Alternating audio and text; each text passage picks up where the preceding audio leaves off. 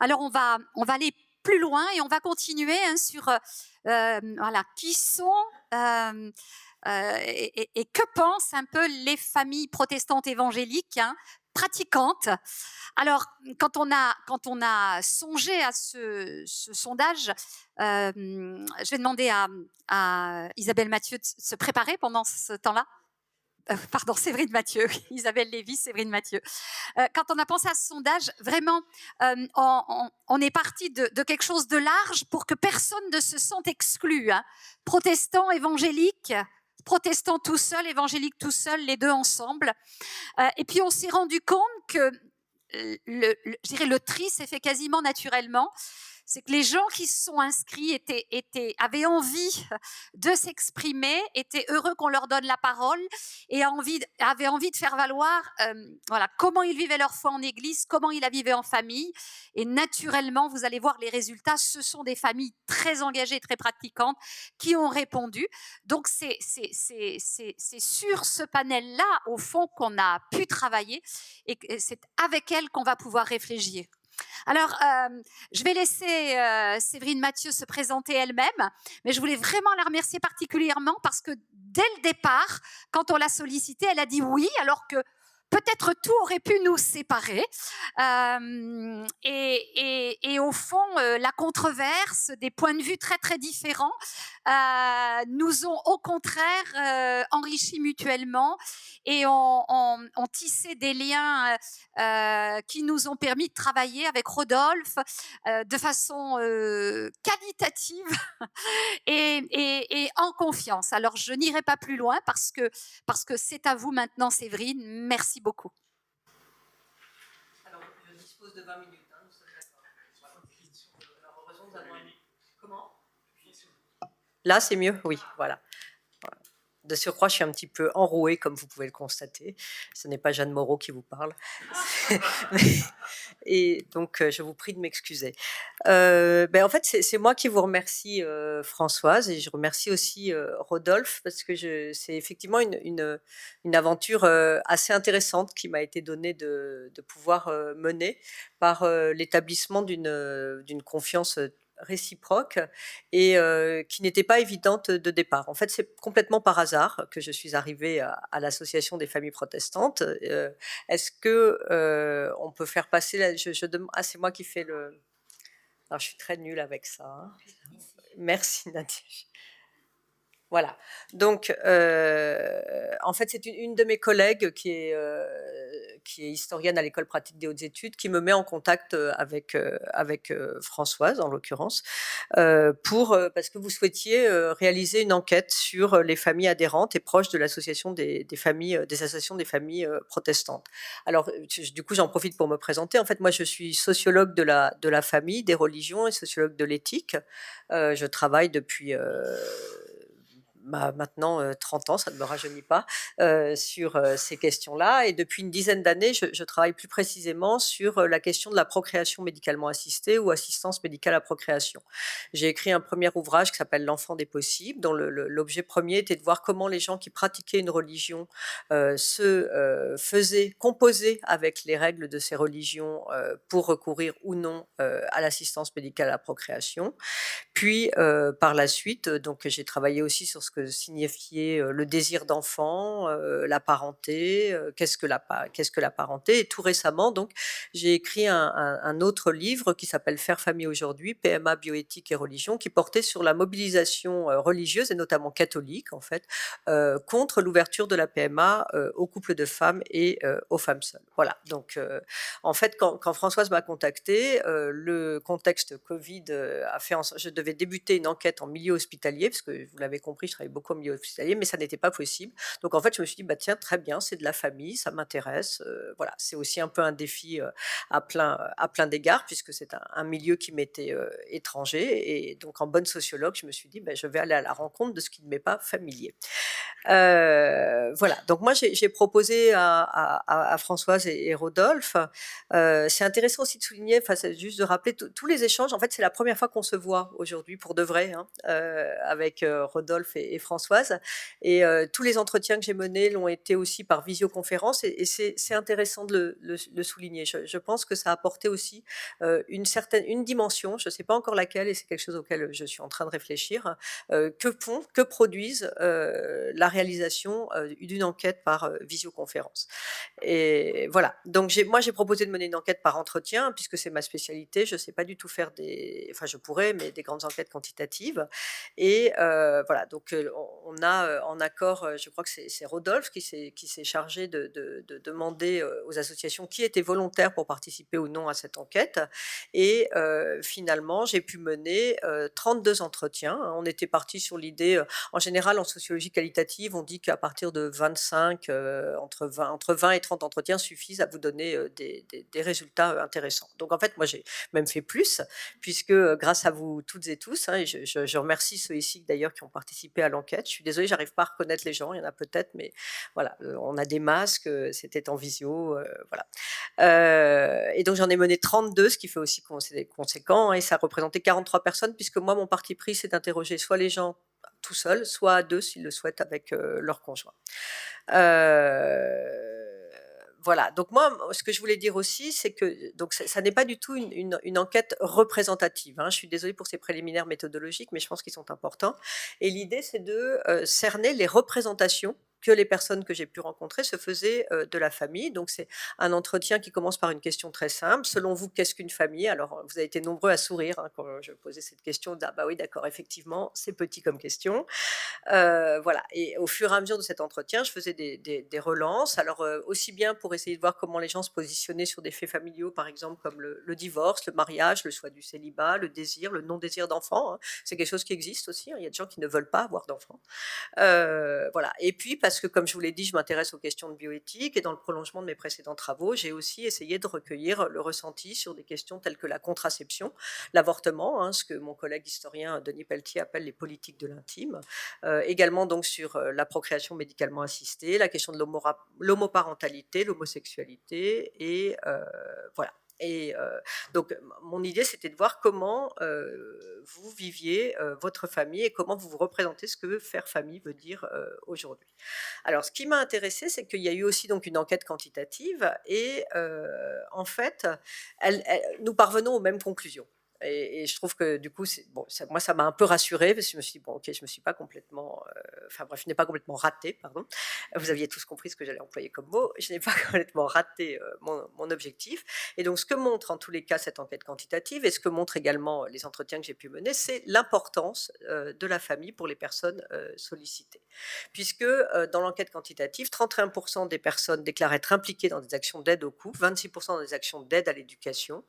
Voilà. Et donc, ils sont donc en fait, cette question de la famille, elle est tout à fait essentielle. Alors, non, raté. Voilà. Donc l'échantillon, alors là je vais aller vite. Donc 35 pour rentrer un peu dans le vif du sujet. Donc 35 familles. Donc il y a 3 personnes qui ont. Alors il y en a une qui a refusé tout de suite, et 2 personnes qui m'ont, c'est mal, qui m'ont posé un lapin juste avant l'entretien. Mais en fait c'est quelque chose qui est aussi intéressant en soi, et moi mon parti pris c'est de ne jamais forcer les personnes. Je précise aussi que tous ces entretiens, ils sont anonymes, donc c'est-à-dire j'ai changé les prénoms des personnes, je n'ai gardé que leur âge, une profession qui pouvait ressembler, enfin qui les plaçait dans un groupe social, plutôt que de dire la profession à proprement parler, j'ai choisi une profession un peu générique. Voilà, j'ai eu 43 personnes, donc 18 femmes et 25 hommes. C'était intéressant aussi de voir que les hommes se sont beaucoup plus mobilisés sur la réponse à ces entretiens que ne l'ont été les femmes. Et que par exemple, quand je sollicitais un couple, c'était bien souvent l'homme qui me disait OK, je réponds, et la femme était moins encline à le faire. Donc les personnes 24-84 ans, elles sont donc plutôt classe moyenne. Voilà, donc j'ai fait aussi, évidemment, je demande aussi le niveau de scolarité. Donc 12 ont arrêté l'école en 3e, 8 ont le niveau bac, 23 ont fait des études supérieures. Donc une population pas totalement homogène, mais en même temps, voilà, quand même pas non plus totalement disparate. Donc 35 personnes sont mariées, 3 seulement sont remariées. voilà, donc ça rejoint là encore, hein, les proportions de l'enquête quantitative où 80% des personnes sont mariées. Donc dans ces 32 familles, on a 84 enfants, hein, donc on peut féliciter à cet égard enfin je sais pas comment dire, mais pas enfin bref, les familles nombreuses présentes chez les évangéliques. Je pense que c'est au-dessus du taux moyen de nombre d'enfants qui est un petit peu en dessous de 2 dans la France contemporaine. Ces enfants sont eux-mêmes parfois parents, ce qui fait que j'ai aussi des grands-parents, hein, dans les gens que j'ai pu interviewer. Voilà. Donc les personnes rencontrées sont toutes protestantes évangéliques, sauf une, hein, qui s'est déclarée, qui s'est définie comme protestante réformée. Donc j'en viens un peu au vif de mon sujet. Ah oui, alors donc juste vous dire que ces entretiens, ils ont eu lieu en visioconférence, hein, donc des rendez-vous qui étaient fixés en Zoom. Ils ont duré 1 heure, entre 1 heure et 2 heures, hein, donc c'est assez conséquent. J'ai parfois eu des problèmes de connexion, ce qui fait que c'était un peu compliqué, mais donc les entretiens ont été transcrits et j'ai 579 pages d'entretien, hein, donc voilà, c'est un matériau assez conséquent. Voilà, ce qui m'a aussi frappé, c'est que tout le monde, toutes les personnes que j'ai rencontrées étaient tout à fait familières des méthodes de visioconférence, sans doute parce que il y a une habitude qui a été prise, hein, pendant le confinement, que dans vos communautés, voilà, il y a eu beaucoup de choses aussi qui ont pu se faire grâce à la visioconférence. Et peut-être que ça aurait été moins simple si j'avais ça au moment du premier confinement, parce que moi je me souviens que dans ma pratique d'universitaire, ça cafouillait, on savait pas, moi je savais pas sur quel bouton il fallait appuyer. Enfin, voilà. Donc en tout cas, la visioconférence est rentrée dans les mœurs. Alors, maintenant, pour ce qui concerne donc le vif de l'enquête, donc moi, je vais articuler mon propos autour de 2 thèmes, hein. Le premier, c'est les représentations du faire famille, hein, pour les personnes que j'ai pu rencontrer. Et le second, qui sera peut-être un peu plus bref, il a trait à la manière dont les personnes que j'ai pu rencontrer vivent cette famille, donc au plus près de leurs convictions religieuses, mais également en prise, et c'est ça qui m'a intéressée, avec les réalités de notre société contemporaine. Alors, pour ce qui concerne d'abord la famille, comment se représente-t-on la famille? Eh bien, cette famille, elle répond à ce qu'on qualifie désormais de famille traditionnelle, hein, tout en sachant que ce modèle de famille traditionnelle, c'est-à-dire des parents, un homme, une femme, mariés avec des enfants issus sinon du même lit de l'adoption. C'est un modèle qui est récent, hein, dans l'histoire de l'Occident. C'est un modèle qui date du XIe siècle. Hein, voilà, cette famille traditionnelle, elle n'a pas été là de tout temps. Et si vous allez dans d'autres cultures, cette famille que nous entendons comme traditionnelle ici en France aujourd'hui, elle ne l'est pas pour d'autres cultures. Donc moi, je commençais donc mes entretiens par qu'est-ce qu'une famille, hein. Eh bien, donc c'est quoi dans l'essentiel, c'est une famille avec des parents, leurs enfants biologiques, et en fait spontanément et sans aucune exception, hein, dans ces 32 entretiens, c'est la première réponse apportée, hein, avec après dans la suite, voilà, mais j'ai des enfants que j'ai adoptés, donc évidemment c'est ma famille aussi, mais la première réponse spontanément, c'est cela. Euh, donc la famille qui est ici défendue, hein, c'est une famille qui est celle d'un couple hétérosexuel, marié, et ça s'oppose un petit peu en quelque sorte à l'idée, enfin à une réalité, hein, qui est qu'aujourd'hui, vous avez une diversité des formes familiales, hein. Vous avez donc des familles monoparentales, hein, où les enfants sont élevés par un seul parent. Généralement, il s'agit plutôt de mères. Et ces familles monoparentales ne sont pas seulement le fait de femmes qui ont vécu des séparations, hein. Il y a des femmes qui, par choix, aussi décident de vivre ces familles. Et il y a également ce qu'on appelle, enfin, des familles homoparentales, c'est-à-dire soit des familles avec, et donc qui vont devenir, enfin en tout cas qui aujourd'hui vont avoir une reconnaissance de plus en plus officielle en France, puisque l'accès à la PMA leur est autorisé depuis le mois d'août 2021. 2 femmes qui décident d'avoir un enfant, une femme qui décide d'avoir un enfant. Vous avez aussi des familles homoparentales avec 2 femmes, 2 hommes, ou un homme, une femme. Enfin voilà, il y a toutes voilà, des familles recomposées, il y a toutes sortes de familles. famille. Donc, vous les connaissez, ces familles, vous savez qu'elles existent, mais la norme qui prévaut, je dirais, c'est celle de cette famille hétérosexuelle. Et ces normes familiales d'une famille, elles sont aussi marquées par l'appartenance à la communauté évangélique. Et c'est-à-dire que chez ceux qui ont grandi dans des familles évangéliques, parce que vous ne provenez pas tous et tous de familles évangéliques, eh bien, quand vous avez grandi dans des familles évangéliques, eh bien, vous vous inscrivez encore plus fortement dans ce modèle.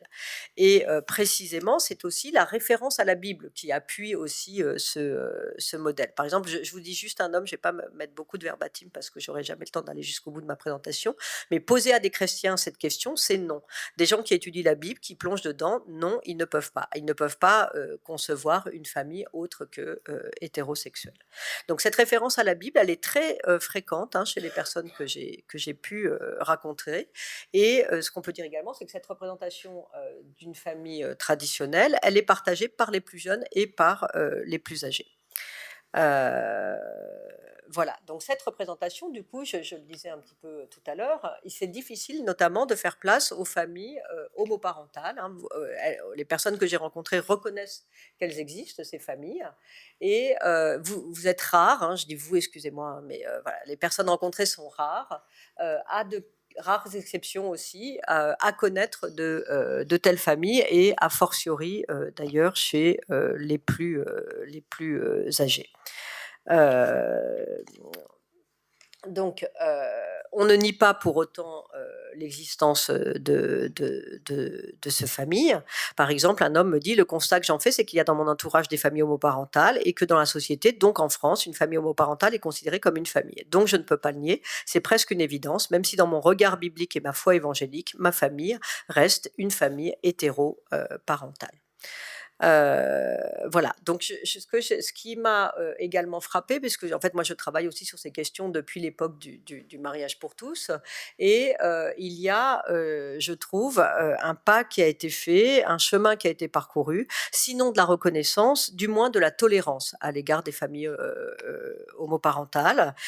C'est que, enfin, ce qui me semble, c'est que à l'inverse de ce qui a pu se passer au moment du mariage pour tous et de la mobilisation qu'a pu connaître dans ses rangs la communauté évangélique, la mobilisation ici a été moins forte. C'est-à-dire que ça n'est plus un enjeu politique comme ça avait pu l'être. C'est plus cette désapprobation de l'existence des familles homoparentales. Elle est là, il n'empêche, on n'ira pas descendre dans la rue pour lutter contre ces familles, pour leur interdire l'accès aux mêmes droits que toutes et tous. Voilà, simplement, c'est possible, je le conçois, je le tolère, mais en tant que chrétien évangélique, en tous les cas, moi, j'aurais du mal à y faire place au sein de ma propre famille. C'est-à-dire que parmi les personnes que j'ai rencontrées, il y en a pas mal qui avaient été manifestées contre le mariage pour tous, mais là, contre l'ouverture de la PMA. Alors, tout ça est modulo le confinement, parce que tout ça a eu lieu, la révision des lois de bioéthique, elle a lieu aussi pendant les confinements, mais il n'empêche, voilà, vous êtes nombreux à désapprouver cette ouverture de la PMA, mais en même temps, vous n'iriez pas manifester. Et plus loin même, il y a le souci d'accueillir de telles familles, avec l'idée qu'aujourd'hui, précisément, se faire famille, ce que je disais tout à l'heure, n'obéit plus à une norme unique. Donc, je vous cite les propos de cette jeune femme. Elles n'ont pas moins de valeur, ces familles. Ce ne sont pas des vraies familles ou des fausses familles, entre guillemets. Ce sont des familles qui sont différentes et qui vont avoir une construction différente. Je pense que les familles homosexuelles ou bien les familles monoparentales, en tout cas, on y est confronté, ça reste des familles. Ce n'est pas ma famille, ce n'est pas mon modèle familial, ce sont des formes familiales différentes. Voilà. Et donc, en fait, ce qui est intéressant, c'est que les personnes que j'ai pu rencontrer, elles mettent souvent en avant leur foi chrétienne, elles se présentent avant tout comme des chrétiens, et elles sont malgré tout citoyennes et citoyens. Et c'est d'ailleurs pour cela que certains d'entre elles et eux n'iraient pas manifester. Voilà. Donc, Au-delà, et au-delà d'attachement aux valeurs chrétiennes aussi, pour s'opposer à l'homoparentalité, certains, vont évoquer aussi des arguments de type psychologique, hein. Ça me semble difficile à accepter, c'est une famille dysfonctionnelle. On pense aussi que dans le développement de l'enfant, il y a le droit de l'enfant qui a besoin d'un père et d'une mère. Voilà, donc cette importance, hein, de référents, pour pouvoir, et donc un argument plus psychologique pour pouvoir, expliciter cette réticence, aux familles, homoparentales. Alors, maintenant, les questions plutôt de politique, de l'intime. Alors, sur la contraception, en fait, les personnes que j'ai pu rencontrer, disent quasiment toutes y avoir eu recours, hein, même parmi les plus âgés. Et en revanche, ça n'est pas du tout le cas, de l'avortement, où l'opposition est unanime, hein. Et d'ailleurs, ce qui est intéressant, c'est que c'est précisément, cette régulation des naissances par la contraception qui est à l'appui de l'opposition massive à l'avortement. C'est-à-dire que, ce que les personnes expliquent, c'est que voilà, on a des possibilités aujourd'hui en France d'avoir des moyens de contraception, donc on pourrait éviter, des avortements. Alors, les personnes sont hostiles et ne pratiqueraient pas à titre personnel l'avortement. Pour autant, et ça je trouve que c'est extrêmement, intéressant, si vous n'êtes pas favorable dans votre majorité à des modifications sur la loi n'est pas remise en cause. Et ça, c'est aussi, je trouve, intéressant, c'est-à-dire qu'il y a aussi cette distinction qui est faite entre, votre foi, votre vie privée et, la vie publique, et voilà, donc évangélique certes, mais citoyen, et donc obéissant aussi, et non seulement obéissant, mais appréciant finalement le dispositif, législatif, c'est-à-dire plutôt une loi que, n'importe quoi. Euh, donc j'en ai déjà parlé, mais donc c'est toujours voilà, cette idée que c'est difficile de faire place aux nouvelles, formes, familiales. Voilà, et simplement pour vous dire que cette opposition à l'élargissement de l'accès à la PMA, à la procréation médicalement assistée, hein, qui était donc un point précis dans la lignée, alors là c'était aussi mes intérêts personnels, dans la lignée de mes préoccupations sur les questions de bioéthique, c'est que cette opposition à l'élargissement, qui est assez unanime, hein, chez les personnes que j'ai rencontrées, je crois à 2 exceptions près. Alors après, personne n'ira contre la loi, hein, donc c'est en cela aussi, qu'on se distingue de certaines, positions, observées par exemple chez des catholiques, conservateurs. Eh bien, cette opposition à l'élargissement de l'accès à la PMA, ils se fonde également sur une réprobation de l'homosexualité qui est assez forte, hein, chez la quasi-totalité des personnes rencontrées, à de très très rares exceptions, hein. C'est-à-dire que, l'homosexualité, pose, problème, et elle est, condamnée, par, la plupart des personnes que j'ai, rencontrées. Et ce qui est intéressant, c'est que cette réprobation, elle se dit en référence aux Écritures, hein, et donc elle est condamnée, mais en même temps, il y a une certaine tolérance qui est prônée, à l'égard des personnes, homosexuelles, sans que celles-ci, pour, les personnes que j'ai pu interroger dans ce cas de figure, ne puissent se sentir à l'aise, hein, pour, exprimer, précisément la question de leur orientation sexuelle au sein, de, la communauté. Alors, je me suis trompée. Voilà, pardon. Donc ensuite, deuxième partie, je pense que je suis, dans les temps. Euh, Et oui, non, et juste sur la question de l'homosexualité, peut-être dire que, ce que m'a permis aussi de mesurer ce travail, c'est la difficulté, que pouvaient avoir certaines personnes, homosexuelles, de se déclarer comme telles auprès, de, leurs, coreligionnaires. Voilà, et je porte ce fait à votre attention parce que, sans doute y aurait-il ici, quelque chose, matière à réflexion. Donc deuxième point, après, comment concrètement on vit, sa foi, en famille. Donc je vous l'ai dit, hein, la famille que se représentent les personnes que j'ai pu rencontrer, c'est une famille modelée par des normes, ce qu'on appelle des normes hétérosexuées.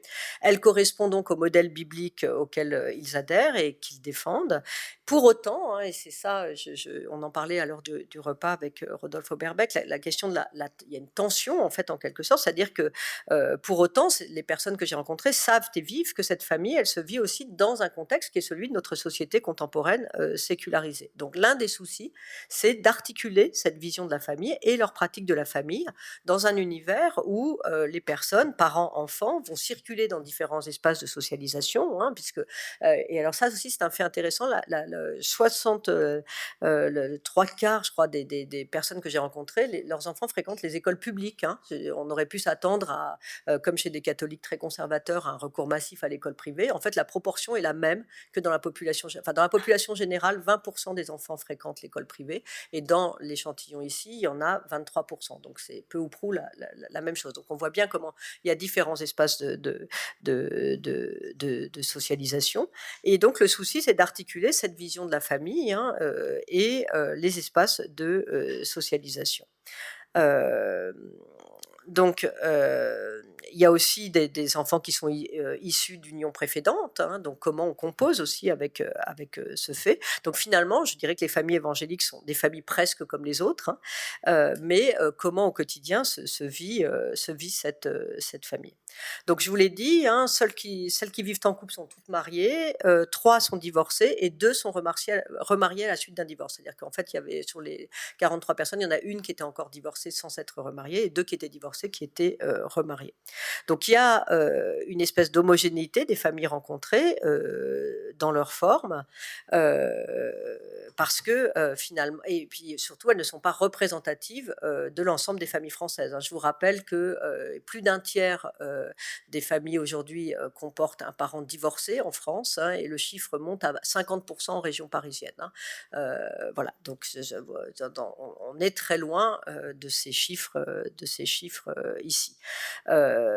Divorce que vous êtes nombreux à déplorer, en même temps comprendre, hein, en cas voilà, notamment de violence, de désaccords profonds, etc. Avec l'idée, et c'est ce que disait aussi Isabelle Lévy tout à l'heure, c'est qu'il faut discuter, quoi. On discute plutôt que, voilà, de se séparer tout de suite. Et ben on cherche à comprendre ce qui ne va pas, et voilà. Donc dans cet attachement et cette promotion de la famille.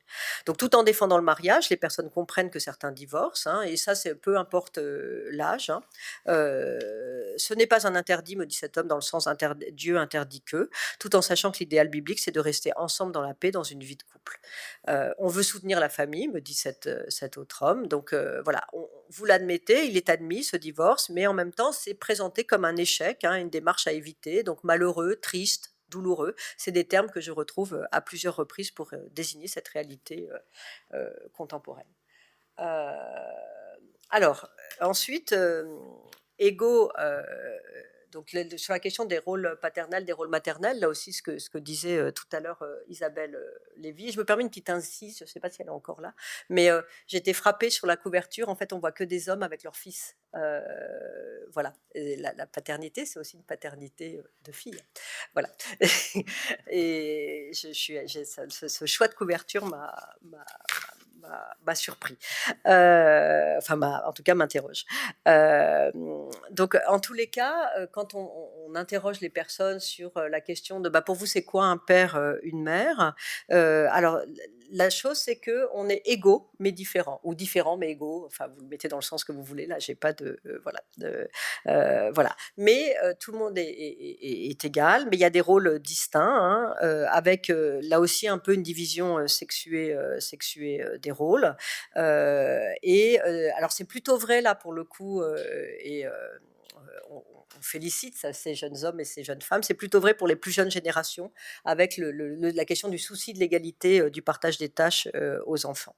Donc les partenaires d'un couple sont tous égaux, mais tout d'abord différents. Il y a des rôles biologiques. Alors ça, c'est extrêmement intéressant, hein, ce qu'on appelle dans une forme d'essentialisation, hein, c'est-à-dire que la femme serait par nature plus encline aux soins, à protéger, à la douceur, alors que le père incarnerait peut-être par sa grosse voix l'autorité, voilà. Donc donc c'est une répartition des rôles qui est là, mais qui a tendance quand même à être modulée, notamment dans les plus jeunes générations. Alors, donc égaux mais différents, hein, avec une distinction des rôles.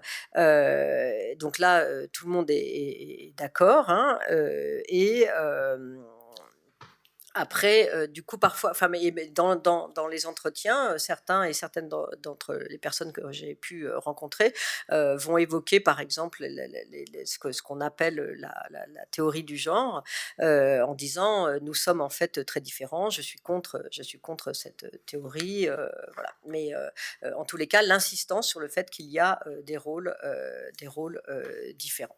Donc, ce sont des rôles complémentaires, distincts, hein, que ceux de père et de mère. Voilà, et vous insistez tous et toutes sur cette question. Donc, point suivant, vivre sa foi, et j'ai bientôt fini, vivre sa foi en famille est une dimension importante. Hein. Donc, l'espace familial, hein, c'est ce vécu de la foi en famille, c'est une des caractéristiques essentielles de mon échantillon. Et les personnes font famille aussi par leur foi. Donc, il y a des moments ensemble en famille pour prier, lire la Bible, remercier Dieu. J'ai aussi rencontré des pasteurs qui me disent on n'en parle pas toute la journée parce que les enfants, c'est bon, mais en même temps, tout le monde souligne le fait que voilà, ça fait partie aussi, c'est le package quand quand on est dans une famille évangélique, forcément, il y a des moments où on entend parler de religion. Tous les enfants des personnes que j'ai pu rencontrer ne restent pas forcément au sein de l'Église. La majorité emprunte le même chemin et les parents le regrettent, hein, mais en même temps, et ça c'est vraiment apporté, je sais pas au crédit, je sais pas si on peut parler de crédit, mais en tout cas à l'actif de ces parents, c'est que voilà, c'est admis. Voilà, avec au centre de l'argumentaire la liberté de chacun. Ça renvoie aussi, je pense, à la question du baptême, hein, qui ne se fait que lorsqu'on a atteint une certaine maturité. Il faut que ça soit un vrai choix. Et en tout cas, quand les enfants n'empruntent pas le même chemin religieux, la même foi que les parents, c'est parfois douloureux, mais en tous les cas, c'est accepté. Voilà, transmettre, hein, aussi une grosse question. C'est d'ailleurs un de mes, en tout cas moi, un de, un de mes thèmes de recherche. Donc, quel est le contenu de cette transmission? Alors d'abord, moi, il y a une chose, c'est un peu une de mes marottes, que j'ai fait un précédent travail sur la mémoire du judaïsme dans des couples mixtes juifs et non juifs. En fait, du coup, Isabelle Lévy et moi, on se croise depuis plusieurs années. Et en fait, voilà, et cette question du prénom, elle est importante, et vous êtes nombreux à donner à vos enfants des prénoms bibliques, hein, donc soucieux de les inscrire dans une lignée évangélique. Donc, au centre de la transmission, il y a la question de la foi, hein, même si les enfants après abandonnent peut-être la foi. Et là aussi, c'est pas juste une question de foi, hein, c'est cette foi, elle s'assortit aussi un souci d'être au monde au quotidien, d'être dans l'entraide, l'engagement. Vous insistez beaucoup sur le fait que voilà, vous essayez de faire en sorte que vos enfants, par la suite, vous leur transmettiez le message de solidarité, d'aide, d'accueil. Voilà, vous êtes nombreux à faire partie d'associations d'aide aux devoirs, d'aide au quotidien, d'accueil de personnes en précarité, etc. Voilà. Et donc, pour conclure, en fait, ce que je vous ai livré là, c'est plutôt une première synthèse. Hein, je vous l'ai dit, 579 pages d'entretien. Voilà, c'est assez conséquent. Donc, l'un des premiers points, c'est une espèce d'homogénéité de la représentation de la famille. Donc, il me semble qu'on peut dire qu'il y a une famille évangélique avec des référents partagés à propos de la représentation de la famille. C'est donc une famille hétérosexuelle avec des enfants issus du mariage, donc marqués en cela par leur lecture de la Bible. En même temps, cette enquête qualitative, elle permet d'affiner ses positions, et ça met en évidence, me semble-t-il, des nuances, hein, qui sont fondées sur la foi, sur la pratique des personnes. Et voilà, et ça c'est, je pense aussi, le point principal, c'est que les personnes que j'ai pu rencontrer, elles sont traversées par des tensions, hein, entre des positions de principe, hein, des positions de principe et des positions de foi aussi, et le vécu de la famille. Donc c'est pour ça que je disais tout à l'heure que ces familles évangéliques sont des familles comme les autres, puisqu'elles s'inscrivent aussi dans la société contemporaine, dont ils et elles sont également actrices et acteurs. Voilà, je vous remercie. Merci. Merci beaucoup. Pardon d'avoir limité le temps. Non, mais il faut. Mais on aura le fruit de tout ce travail, hein, dans une brochure, hein, qui à un moment ou un autre sortira. Il y a un gros travail après de mise en forme.